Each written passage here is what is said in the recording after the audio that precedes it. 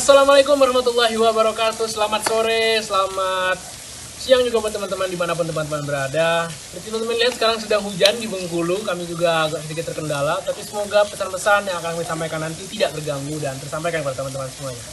Baiklah, kali ini saya Ahmad Rawani dan juga Gita Ulia Fajar akan mengobrol tentunya dengan santai tentang perihal pacaran dari perspektif agama Islam.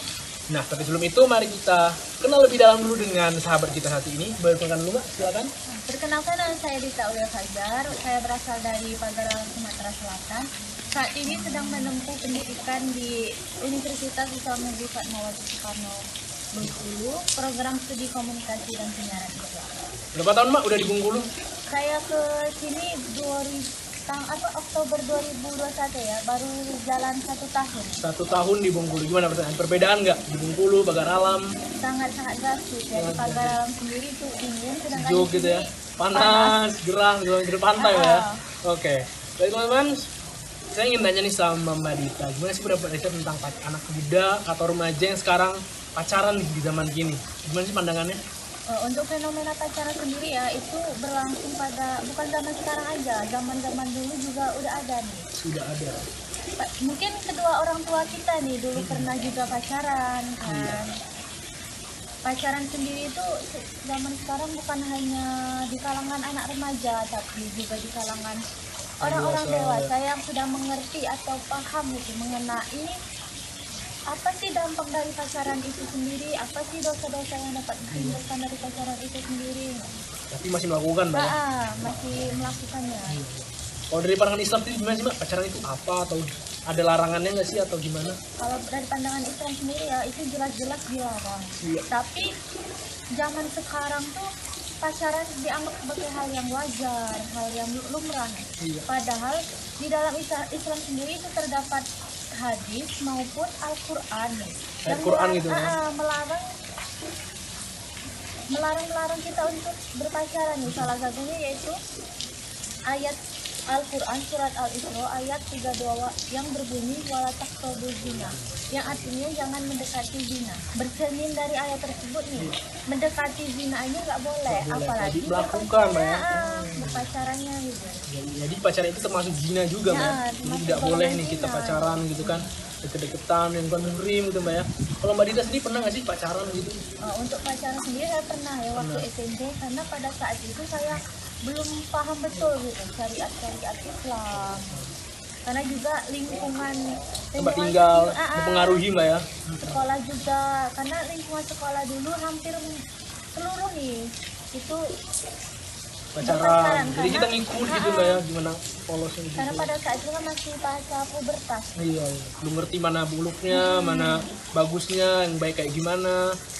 Tapi kalau pacaran itu sendiri kan tadi Mbak bilang bahwa taqrabuz zina, jangan mendekati zina. Dan Mbak sendiri juga pernah berpacaran, tapi sekarang berhenti, Mbak ya, alhamdulillah. Alhamdulillah. Apa sih yang menyebabkan seorang Gita Ulia Fajar, Mbak Dita ini untuk berhenti dari berpacaran itu sendiri? Kalau saya ya bermula dari nazar, karena pada saat SMP dulu saya pernah nih mengucapkan kalau saya lulus di sekolah favorit, sekolah yang saya impikan, saya bakal berhenti pacaran. Dan alhamdulillah selama menempuh pendidikan di sana itu saya tidak pacaran sama sekali. Sampai sekarang? Sampai sekarang, terbawa sampai alhamdulillah sekarang. Berlanjut ya, Mbak, sampai sekarang, sampai kuliah di UIN gitu. Iya. Ada nggak sih, Mbak, setelah lulus SMA itu pengen lagi gitu, oh kuliah nih, pengen lah, ada teman-teman pacaran gitu, kayak gue juga pengen nih pacaran gitu, pengen juga ada kayak apa ya kalau bahasa sekarang itu kayak penyemangat hidup gitu berpacaran, ada nggak sih? Kalau keinginan itu pasti ada kan, setiap orang pasti ada kan, sebagai teman cerita ngobrol. Tapi saya kembali lagi nih kepada ayat Al-Quran tersebut. Apa sih manfaatnya pacaran itu? Yang ada zina iya, dosa iya, melemahkan iman iya, Ngabisin duit, Mbak ya? iya, ngabisin anak kos duit. lagi gitu kan? Sudah tuh konsentrasi terpecah karena mikirin pendidikan juga, mikirin pacar juga. Jadi untuk apa sih buang-buang waktu gitu istilahnya. Mending selesaiin dulu sekarang gitu kan. Mending kita fokus dulu ke diri masing-masing dulu, fokus meraih apa yang kita impikan gitu. Tadi Mbak bilang kalau pacaran itu bukan hanya di kalangan remaja aja, tapi juga kalangan dewasa. Kalau remaja kan kita ngelihat nih, kayak oh teman kita pacaran, kita juga pengen, tapi kita tetap menahan diri gitu. Kalau orang dewasa itu gimana Mbak pacarannya? Ya mungkin mereka lebih ke hal-hal yang di luar batas ya. Iya. Ibarat kata seperti ini contohnya. Ada tuh yang sepasang suami istri, Iya. tapi dia berpacaran dengan orang lain itu. Selingkuh gitu Mbak, salah selingkuh satunya. istilahnya ya. Itu lebih ke menjerumus ke zina. Kalau remaja kan cuma sebatas jalan, gandengan tangan, mungkin nonton gitu. Kalau yang dewasa mungkin ya lebih hal-hal yang ke arah negatif gitu. Iya. Sebenarnya Istri, iya. selingkuh pula, pacaran lagi, makin Sebenarnya banyak gitu. dua-duanya negatif, Iya. tapi lebih ke negatif yang dewasa gitu. Nggak pantas ditiru dua-duanya Mbak ya. Nah sekarang kan udah zaman modern lah Mbak ya. Sebenarnya ini kasus yang sudah terjadi di zaman Nabi Lut dulu gitu. Kita tahu kayak gay, orang yang suka dengan sesama jenis, LGBTQ lah, LGBTQ plus lah zaman sekarang nyebutnya. Itu gimana nih Mbak, menurut Mbak sendiri? Kalau menurut saya itu ini ya sudah termasuk kategori zina. Zina.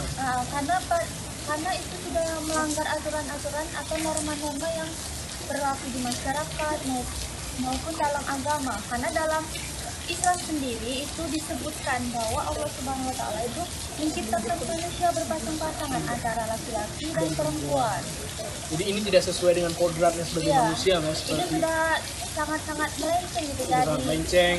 Bahkan di agama Samawi pun termasuk Buddha, Hindu dan Itu- juga Kristen juga tidak menganjurkan dan tidak menerangkan hal tersebut Mbak ya. itu juga ada larangannya di agama mereka sendiri. Iya. Pokoknya itu sangat ditentang di Seluruh agama. Samawi. Tidak ada agama Samawi yang mengajarkan bahwa berpasangan dengan sesama jenis itu benar dan dianjurkan, nggak ada Mbak ya. Nggak ada. Apalagi dalam Islam sangat ditentang sekali.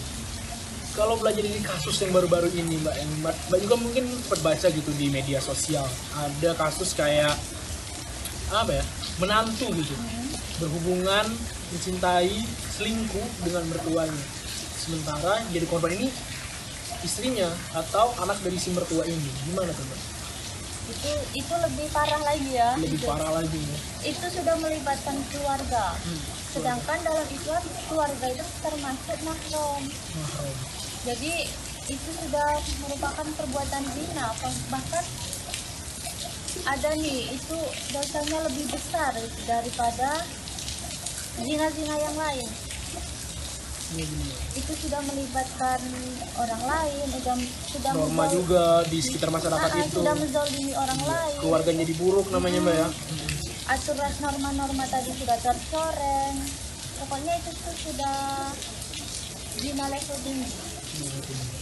Nah untuk kita nih Mbak yang udah masih muda dan hidup di akhir zaman ini, ada nggak sih kayak nasihat dari Mbak sendiri atau gimana gitu tentang akhir zaman yang sudah banyak perzinahan sekarang ini? Saya pernah dengar ini dulu kata Nabi Muhammad bahwa di akhir zaman nanti itu zina merupakan perbuatan yang lumrah, yang tabu untuk dilakukan. Bahkan ada nih orang tua itu menanyakan kepada anaknya gitu, gimana pacarnya, kok nggak dibawa ke rumah? Itu kan Didukung gitu Mbak ya, untuk melakukan zina itu didukung gitu. oleh orang tuanya bahwa perbuatan zina tadi ya sudah biasa-biasa saja. Udah wajar gitu, kayak kalau nggak pacaran tuh belum anak muda gitu kan, belum keren gitu. Bahkan ada kata Nabi Muhammad nih, beliau dulu pernah berpesan, jadilah kita seseorang Murabah. Iya. Yaitu orang-orang asing di antara banyaknya orang. Artinya kita tetap istiqomah dengan tidak pacaran tadi, tetap istiqomah kebaikan. Jangan terpengaruh oleh lingkungan maupun orang asing. Karena sejatinya pacaran itu sendiri merupakan budaya luar negeri atau budaya asing yang masuk ke Indonesia, dan ini sudah sangat lama ini. Budaya ini sudah berkembang semakin pesat, bahkan sudah melewati batas. Sudah mengalir dalam darah masyarakat Indonesia gitu, kayak pacaran ya emang dari dulu gitu ya, kalau nggak pacaran nggak keren, dan mengesampingkan norma-norma agama juga gitu, kalau saya bisa atau berzina, kita lupa untuk menjadi di akhir zaman ini untuk menjadi orang yang berubah, orang yang asing di antara banyaknya dosa-dosa. Kita harus tetap seperti kata Mbak tadi, tapi istiqomah dalam kebaikan istiqomah. di antara Jangan, banyak orang yang melakukan dosa. jangan ikut-ikut lah. Kalau orang pacaran ya kita tetap berpegang teguh pada prinsip. Jangan mau mengikuti dosa orang lain berbuat dosa kita ikut. Jadi jangan sampai. Harus berani beda Mbak ya. Mm-mm. Tidak serah dosa-dosamu, tapi aku ingin melakukan kebaikan. Iya.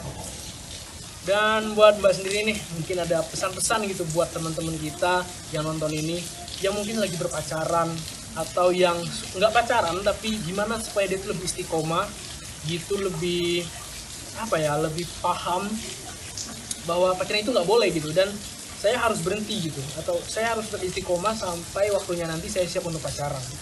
Untuk teman-teman sendiri kalau bisa ya itu hindarilah namanya pacaran. Kita lebih fokus ke diri kita masing-masing dulu. Apa yang kita impikan kejar dulu. Nanti itu akan ada saatnya gitu loh. Orang datang melamar kita gitu. Nah untuk teman-teman yang lagi istiqomah nih untuk nggak berpacaran, pikir-pikir lagi deh. Kalau bisa jangan sampai pacaran ya.